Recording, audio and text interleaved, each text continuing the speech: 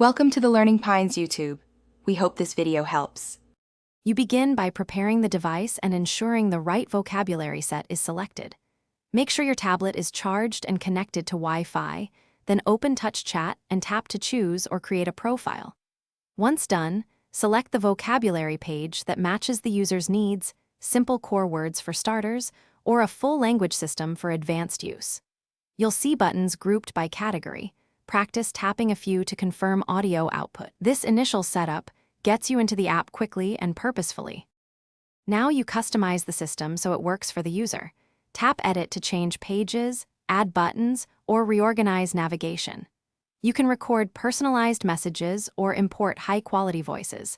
Adjust speech rate and pitch to improve intelligibility. Once comfortable, resize grids and cells to match motor control and create word combinations or core word sequences to speed communication. Make sure to save frequently. Test each change by exiting Edit and using the page as the user would, then return. Finish by testing the full setup and training the user.